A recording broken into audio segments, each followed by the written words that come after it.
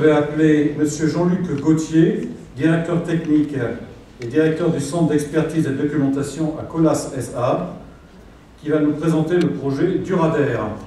Ce projet... Voilà. Donc, il s'agit de granulats Durader. Il s'agit de produire donc des granulats à très haute performance. Vous connaissiez la bauxite chauffée, je crois que c'était ça, bauxite calcinée, voilà, cherchez le terme, bauxite calcinée. Bon, maintenant, Colas va nous proposer la même chose, mais avec du micro-béton.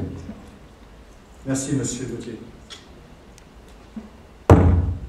Bonjour.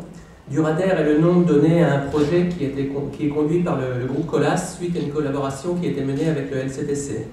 Ce projet vise à réduire d'une part l'empreinte écologique des revêtements à très haute adhérence, ce qu'on appelle quelque chose GRIP, et d'autre part à rendre la réalisation de ces chantiers moins dépendante des aléas d'approvisionnement.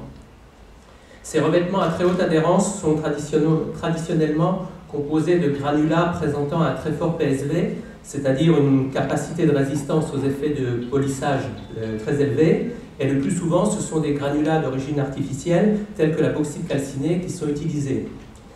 Réduction donc de l'empreinte écologique parce que la bauxite est calcinée à très haute température, généralement à plus de 1300 degrés, avec donc un coût énergétique très élevé. Et réduction des aléas d'approvisionnement, parce qu'actuellement, les pays producteurs ne sont qu'au nombre de 3, à savoir la Chine, la Guyane et le Brésil, ce qui conduit à un marché resserré avec des problèmes récurrents de disponibilité et surtout des variations de prix assez substantielles. C'est donc pour répondre à cette situation qu'une recherche a été engagée à partir de 2004 en collaboration avec le LCTC.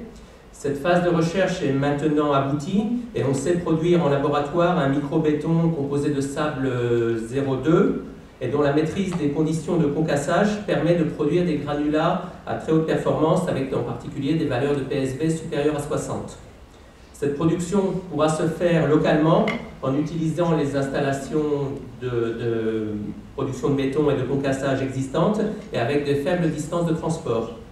La charte innovation qui commence ce jour va donc maintenant nous permettre de confirmer d'une part les conditions d'industrialisation de ce micro-béton et d'autre part de valider les performances in situ par le suivi de chantiers expérimentaux. Merci.